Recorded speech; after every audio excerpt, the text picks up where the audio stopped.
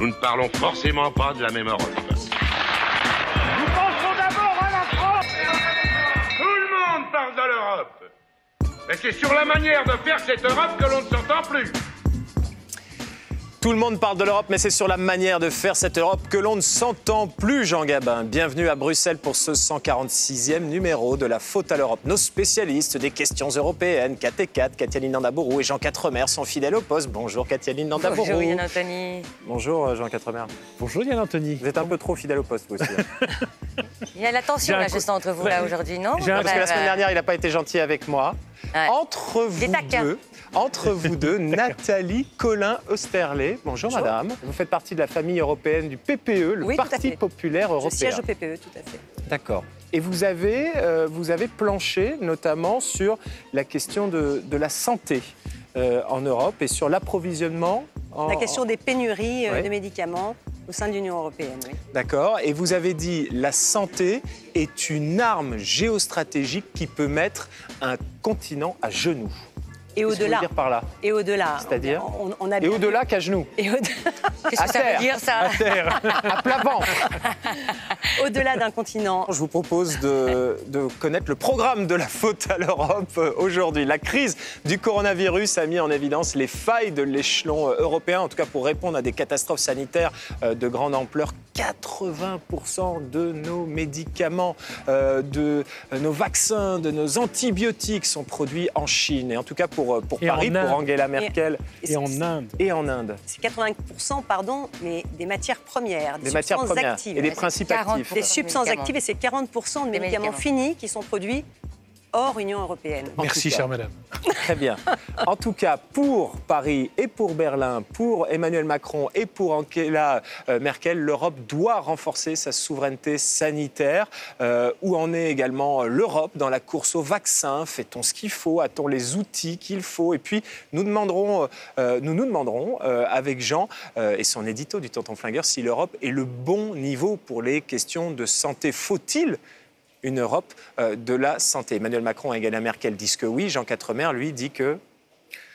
Moyen. Voilà, c'est pas possible. Mais on commence tout de suite avec les explications de Julien Gasparuto, le correspondant de France Télévisions ici à Bruxelles. Lors de son discours sur l'état de l'Union, ici au Parlement européen, Ursula von der Leyen, la présidente de la Commission, a fixé un nouveau cap. We need to build a stronger European Health Union. It is time to do that. L'Europe de la santé, c'est une idée vieille comme l'Europe. Robert Schuman en parlait en 1952 et à l'époque, on parlait déjà de mutualiser la production de médicaments dans les différents pays. Mais le projet est resté lettre morte et la santé est restée une compétence nationale, un système qui a particulièrement montré ses limites lors de la crise sanitaire.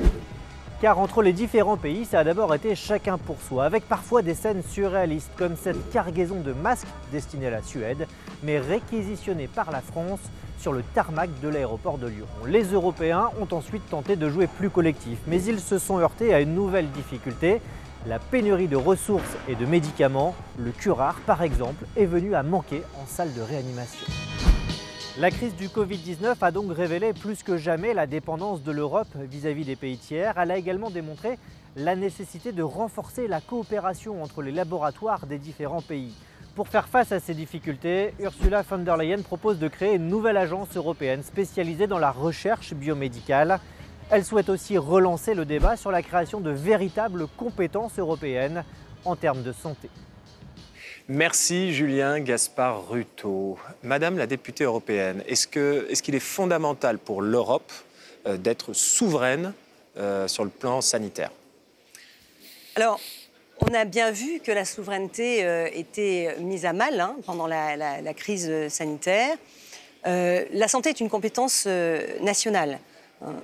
Mais l'article 168 du traité sur le fonctionnement de l'Union européenne précise bien que c'est à l'Union européenne de coordonner, de compléter ses actions nationales en matière de santé publique afin de renforcer la sécurité du patient. Aujourd'hui, on parle beaucoup L'Union européenne a une compétence d'appui. Une compétence d'appui, c'est exactement ça. En matière européenne. C'est exactement ça. On a bien vu que ce qu'il manquait, c'était une coordination et une coopération, un manque de solidarité entre les États membres. des exemples très concrets, des phénomènes de surstockage dans certains États membres par rapport à d'autres qui manquaient de médicaments, une absence de coopération et de fluidité même de l'information entre États membres et à destination des citoyens.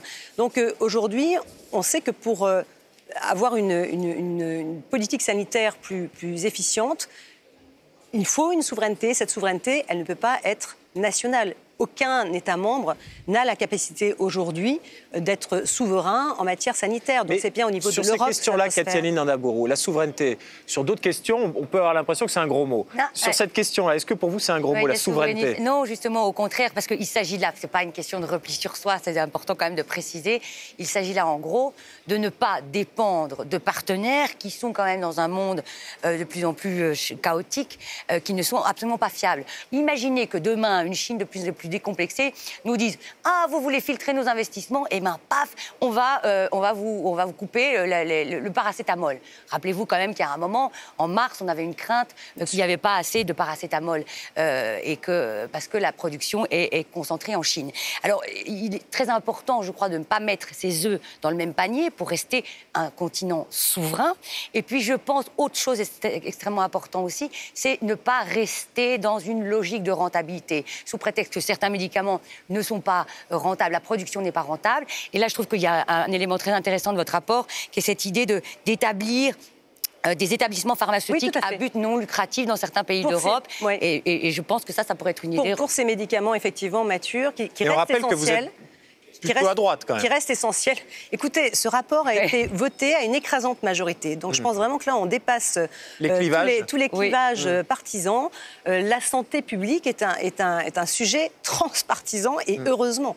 Donc effectivement, moi, en interrogeant et en faisant toutes mes auditions pour écrire ce rapport, on s'est aperçu que des médicaments essentiels, qui étaient des médicaments anciens, qui ne présentaient plus de rentabilité pour les industriels, n'étaient plus produits. Donc il faut imaginer un autre système d'établissements pharmaceutiques européens à but non lucratif, sur le modèle d'ailleurs des pharmacies centrales des hôpitaux de Paris ou pharmacies des armées, qui peuvent effectivement produire des médicaments qui ne sont plus rentables pour les industriels. Jean, avec cette crise du coronavirus, qu'est-ce que vous avez appris sur ce qui nous manque en Europe aujourd'hui? Est-ce qu'on est trop dépendant? Est-ce qu'on est trop vulnérable? Est-ce qu'on est un peu impuissant?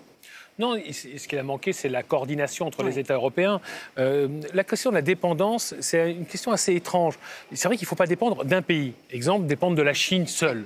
Parce que la Chine, dans ce cas-là, a un levier d'action, par exemple, effectivement, sur le paracétamol. Qui devient une arme politique. Une arme politique. Il faut donc, non pas se dire on va relocaliser chez nous des productions qui ne sont pas rentables, sauf dans quelques secteurs absolument essentiels. C'est pour ça que je suis très méfiant. Je pense qu'il faut plutôt diversifier nos sources d'approvisionnement. On pensait que les grandes pandémies, les grandes épidémies, c'était terminé. Ça appartenait à un autre siècle. Alors que tout le monde tirait la sonnette d'alarme depuis des années et des années en disant ça va nous arriver. C'est un peu comme le changement climatique. Un jour, ça va nous arriver. Donc là, maintenant, on commence enfin à réfléchir, à avoir une stratégie. Mais encore une fois, dire on va tout faire à domicile, non, bien sûr. Niet. Bien sûr. Alors, maintenant, on va parler plus précisément des vaccins. L'une des premières urgences européennes face à cette crise sanitaire, ça a été de repositionner, de nous repositionner dans la course aux vaccins lancée par les États-Unis. Alors, est-ce qu'on a les outils communs pour sécuriser d'abord l'approvisionnement et la production? On y travaille. C'est vrai que la Commission européenne a passer des contrats avec les producteurs de vaccins de préachat. On essaie d'adapter les règles. Quand on dit préachat, ça veut dire quoi? C'est-à-dire, allez-y, investissez, dépensez de l'argent et rassurez-vous, on va vous en acheter. Oui, préfinancé. On demande aux industriels de prendre des risques aussi. Donc il était normal, là aussi, que la puissance publique en prennent également, ou en tout cas aident ces producteurs de vaccins. Il y a également une adaptation des règles de l'Union européenne face à l'urgence dans laquelle nous sommes. Mais moi, sur le sujet des vaccins, si je peux me permettre, je pense que le mot-clé, c'est la confiance. C'est-à-dire qu'aujourd'hui, on a vu, il y a eu plusieurs sondages qui ont été réalisés, il y a une une intention très faible dans beaucoup d'États membres d'aller se faire vacciner. La confiance dans le vaccin, pas la confiance entre les États membres dans la gestion du vaccin. La confiance du citoyen. Normal. La confiance du citoyen qui se dit, finalement, on sort un vaccin en 1 an, est-ce que toutes les règles de sécurité, etc., d'innocuité, d'efficience seront respectées? On sait qu'on a en Europe les normes les plus élevées en termes justement de sécurité, d'efficience. Mais est-ce qu'il n'y a pas trop de contraintes réglementaires justement en Europe?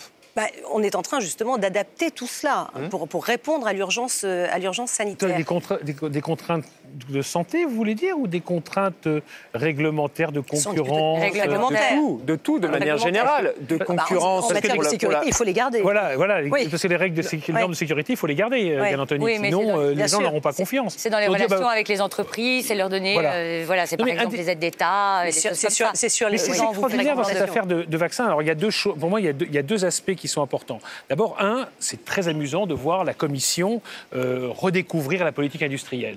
Alors, il faut quand même vous rappeler, il y a une vingtaine d'années, quand on a commencé à parler de Galiléo, donc vous savez, le système de GPS européen, la Commission ne voulait pas en entendre parler, parce que c'était vraiment de la politique industrielle, c'était intervenir sur les marchés pour lancer quelque chose. Alors là, là maintenant, d'un seul coup, on découvre brutalement l'intérêt de la politique industrielle, c'est-à-dire effectivement d'aider nos entreprises, pas d'aider les entreprises chinoises, parce que Galiléo, on voulait même donner le lancement de nos satellites aux Chinois. On a dû stopper le directeur de la Commission, qui est un Allemand, pour lancer les satellites chinois.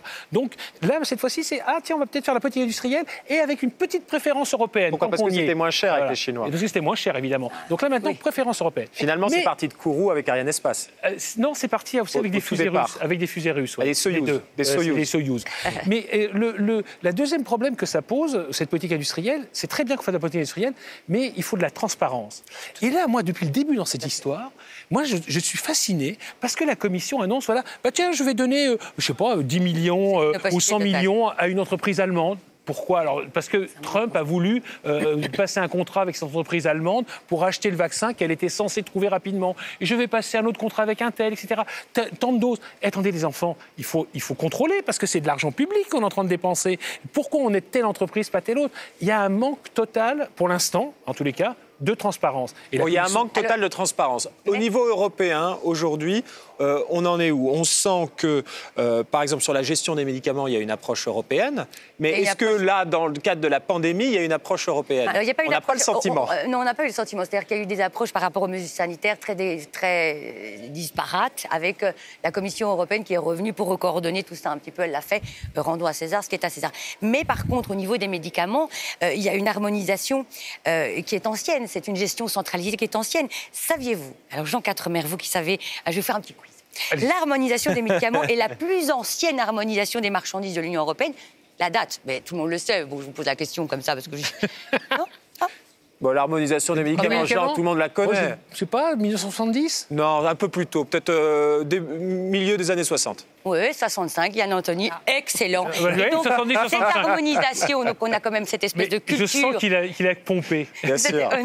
On a quand même cette culture de cette harmonisation qui fait que dans tous les pays membres, toutes les procédures avant la mise sur le marché sont les mêmes. C'est ce qui se permet d'ailleurs la circulation de ces médicaments. Je dirais que ce qui pose problème à l'heure actuelle, et c'est ce que la Commission essaye un petit peu d'éviter, c'est le droit d'accès à des médicaments de qualité en Europe. C'est-à-dire que quand il n'y a pas de contrôle des prix, il y a certains endroits, certains systèmes de sécurité sociale européens ou certains hôpitaux qui ne peuvent tout juste pas s'acheter ces vaccins, ces médicaments. Et donc là, la Commission européenne, elle va, je crois, prendre en compte ce problème pour que les vaccins, les futurs vaccins, soient accessibles à tous et dans tous les pays de l'Union. Mais ce qui m'avait frappé, Nathalie Collin-Sterlet, c'était pendant la crise, parce que ce n'est pas la première crise sanitaire que l'Union européenne doit affronter. Il y a quelques années, c'était face au H1N1.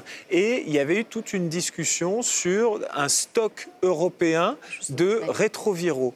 Et on voit bien que dans ces cas-là... C'est ce que je préconise d'ailleurs dans mon rapport. Alors, qu'est-ce que vous préconisez? Justement, une pharmacie européenne d'urgence, c'est-à-dire quelques stratégies.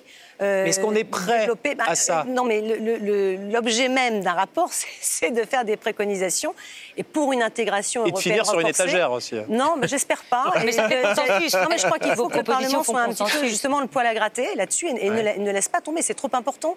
Et moi, je préconise... Donc le problème à l'époque des rétroviraux, c'est que par exemple, s'ils les produisaient dans un pays, les autres pays s'inquiétaient qu'ils puissent acheter les stocks et que ça vienne jusqu'à chez eux ou pas, parce qu'il y avait des pays qui allaient être traversés, qui éventuellement pouvaient mettre la main dessus, comme ça a été le cas pour les masques cette fois-ci. Justement, je crois qu'il y a deux choses. Il y a mettre en place des stocks avec une pharmacie européenne d'urgence sur quelques stratégies de santé, où, cette pharmacie européenne d'urgence? Vous savez, chez nous. Non, pas du tout. Chez nous. C'est le système Rescue, c'est l'instrument Rescue qui existe déjà en matière de protection civile. Un peu comme une barda américaine, européenne ou alors, oui, ça aussi. En tout cas, Barda, c'est la Barda que vous évoquez, c'est l'autorité pour la recherche et le développement avancé dans le domaine biomédical. Aux États-Unis, ça dépend du ministère de la Santé, c'est un budget énorme et voilà. Et là, ce qui permet de faciliter aussi les coopérations publiques-privées. Est-ce qu'aujourd'hui, il y a un problème dans la coopération publique-privée à l'échelle européenne? On n'arrive pas à le faire? C'est opaque, ça n'est pas évident. C'est vrai que pour tout... Et aux États-Unis, ça l'est? Ça l'est davantage, oui. Grâce à cette agence? Oui, et qui débloque des fonds considérables. C'est un gros mot. Voilà, c'est plus dans les mœurs, je pense. Et ça, c'est la direction qu'on prend en Europe ou pas? D'avoir une agence comme ça qui prendrait... C'est une préconisation, il y en a plusieurs, ça en fait partie, effectivement, de réfléchir à un modèle européen de type Barda. Oui, ça fait partie des préconisations. En tout cas, aujourd'hui, au niveau européen, on en est où par rapport au vaccin, dans la course au vaccin? Dans la course au vaccin, moi, d'après les informations, je ne suis pas une scientifique, mais d'après les informations que nous pouvons glaner de part et d'autre, un vaccin devrait être disponible à la fin du premier trimestre 2021. C'est ce que, en tout cas, le PDG de Sanofi France m'annonçait il y a quelques semaines. Mais je pense encore une fois que la disponibilité du vaccin, c'est une chose. Pour moi, le vrai sujet, c'est le sujet de la confiance.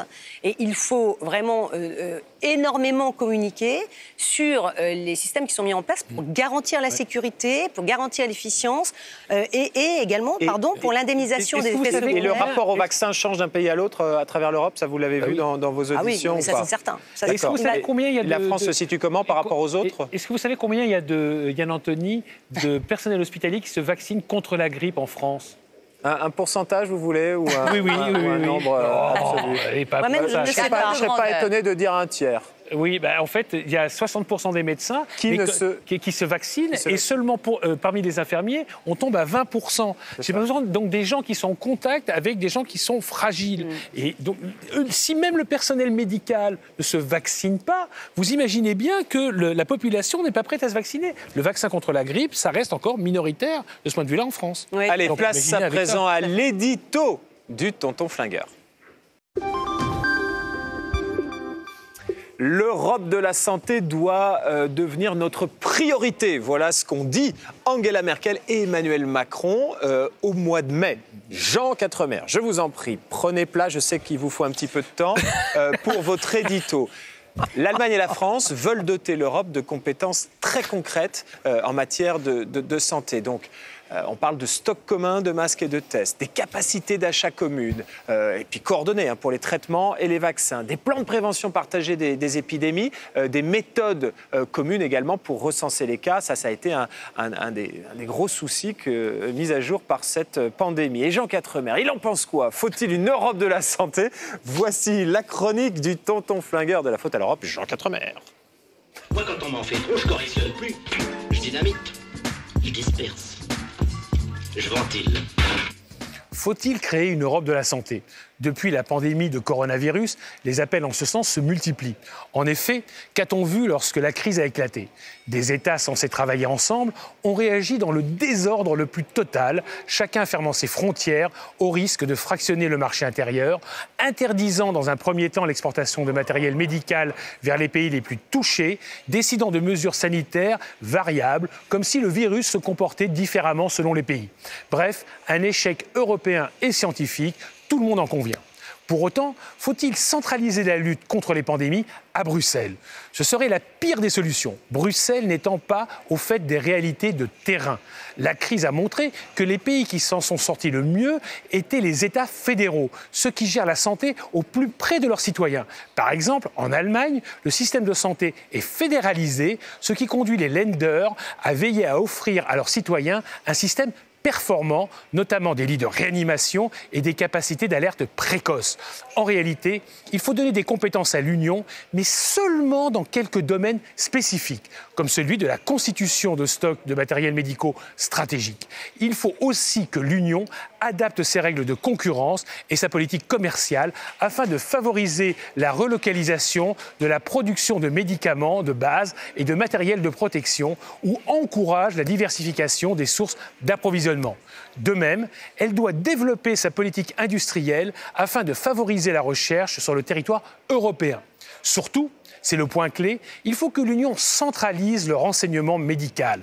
Elle doit disposer d'un réseau d'alerte en centralisant les statistiques sur les achats de médicaments dans les pharmacies, en surveillant l'apparition d'un virus, en tenant une comptabilité des morts et des causes de la mort, et ce, en temps réel. Enfin, il faut qu'elle élabore un ensemble de mesures sanitaires à déployer en cas de pandémie. Tout le reste doit rester au niveau national, voire régional. La centralisation n'est pas la réponse à tous les problèmes. Merci, cher Jean Quatremer. Nathalie Colin-Sterlet. Donc, quand j'entends Jean Quatremer et qui se pose la question « Faut-il une Europe de la santé ?», il dit non. Mais il faut que l'Europe fasse ci, ça, ci, ça, ci, ça, ci et ça. Non, moi, oui, il faut une Europe de la santé. Je ne l'ai pas du tout entendu comme ça, parce que je suis absolument d'accord avec lui. Et j'ai le sentiment d'ailleurs qu'il a parcouru mon rapport, parce que j'y ai tout retrouvé. Non, ça, vous ne croyez pas, il ne travaille pas. Non, ce que je veux dire, c'est qu'effectivement, il faut une Europe de la santé. Vous êtes en train de dire que Jean Quatremer pompe les rapports des députés européens pour faire ses éditos? Je n'irai pas jusque-là. Ça serait beaucoup de travail, quand même. Non, je pense que c'est tout à fait ça. C'est-à-dire qu'il faut des stratégies, quelques stratégies européennes en matière de santé. Il faut davantage de coordination, je le disais tout à l'heure, avec une autorité régulatrice. Mais moi qui suis une profonde décentralisatrice, j'ai envie de vous parler de ma région, la région Grand Est. Vous êtes de Besançon? Je suis de Metz. De Metz. Et nous avons été évidemment particulièrement concernés par la crise sanitaire. Et c'est là que s'est faite toute cette coopération avec les Länder. Nous sommes dans une région frontalière avec le Luxembourg, avec l'Autriche, avec la Suisse, avec des patients qui ont été transférés, du matériel médical qui a pu être prêté, etc. Donc nous avons montré justement que cette coopération, elle marche, mais elle marche quand on est au plus près des besoins du territoire. La région Grand Est est une région frontalière qui ne vit que par des coopérations européennes, finalement. Mais en même temps, il faut pouvoir financer certaines coopérations européennes. Je vais me tourner vers vous, Katia-Line. Jean, savez-vous quelle était la proposition chiffrée dans le budget européen de la part de von der Leyen, la présidente de la Commission européenne? Elle voulait mettre combien? Est-ce que vous êtes, c'est en milliards. Elle voulait mettre combien de milliards sur la table pour la santé? Oui. Joker. D'accord. Joker. OK. 9 milliards. 9 milliards. Et finalement, le Conseil a décidé combien? Je crois 0, non? 1 milliard. On voit bien qu'il n'y a pas de réelle ambition au niveau européen. En tout cas, de la part de la Commission, oui, mais de la part des États, quand ils sont représentés au sein du Conseil, il n'y a pas d'ambition pour une Europe de la santé. Je trouve ça pas plus mal et je suis vraiment d'accord avec ce que Jean a expliqué pendant son édito. Première chose, je trouve qu'effectivement, l'échelon régional, c'est de la logique même. L'échelon régional, premièrement, on est au plus près du territoire, au plus près des réalités d'un territoire et elles ne sont pas les mêmes, on l'a bien vu pendant la pandémie. Et puis deuxièmement, il y a aussi l'acceptation des mesures. Vous avez vu comment ils ont réagi là à Marseille quand on est arrivé en disant vous allez faire ci, vous allez faire ça. Il y a un moment aussi où nos démocraties... Marseille et Marseille. Non, mais bon, mais n'importe qui. Marseille restera Marseille. Eux, ils arrivent de Paris, ils nous disent on va faire ci, on va faire ça. Forcément, c'est moins accepté. S'il y avait eu discussion, concertation, peut-être que les mêmes mesures auraient été plus acceptées. Alors, on le voit, par exemple, l'exemple allemand que vous avez cité est excellent, mais dans l'exemple allemand, il y a les Länder, il y a une concertation et il y a un gouvernement fort qui coordonne tout ça et la prise de décision. L'Espagne, c'est pas du tout pareil parce qu'on a aussi une version très décentralisée et donc depuis fin juin, c'est à nouveau les régions qui sont responsables. Et il y a eu un bras de fer entre le gouvernement et la région de Madrid parce que Madrid de droite, le gouvernement de gauche, ils veulent pas appliquer les recettes. Et puis après, chacun se défausse sur l'autre en disant non, c'est de la faute. Pareil en Belgique. En Belgique, 9 ministres de la Santé. Aujourd'hui, on a autant de commissions d'enquête qu'on a d'exécutifs. Donc on va avoir au niveau fédéral, au niveau de Bruxelles, au niveau... Comment vous voulez-vous faire le bilan de la crise, des leçons du passé, si on a autant, si c'est éclaté à ce point? C'est intéressant, Nathalie oui, Colin-Sterlet, parce que là, finalement, Katialine dit, OK, la décentralisation dont vous êtes l'avocate, OK, mais ça marche en Allemagne, mais parfois ça marche pas. On voit en Belgique, on voit en Espagne. Justement pas. Moi, je parle de la région Grand Est parce que j'en suis. Et le président de la région Grand Est a très bien travaillé avec le préfet, avec l'ARS. Tout ça s'est mis en place de manière très intelligente. Et moi, j'ai envie de dire, la région Grand Est peut être la région test justement de la coopération européenne qui doit exister en matière de santé. Ce qui ne nous empêche pas. Grand Est. Ce qui ne nous empêche pas. Je suis nancéen, donc. Voilà. Je suis solidaire de ma voisine. Ce qui ne nous empêche pas. Pourtant, entre médecins et nancéens, c'est pas toujours facile. Mais non, ce qui ne nous empêche pas d'avoir au niveau européen des stratégies de santé, davantage de coordination et de coopération. C'est pas l'un n'empêche pas l'autre, au contraire. Nathalie Colin-Sterlet, Katialine Andabourou, Jean Quatremer, merci d'avoir été sur le plateau de la Faute à l'Europe. Merci également à Alexandre Rougier, Eva Mbengue, la formidable Hélène Leroux et aux équipes du Parlement européen. À bientôt dans la Faute à l'Europe. Et comme le dit le président, nous ne parlons forcément pas de la même Europe.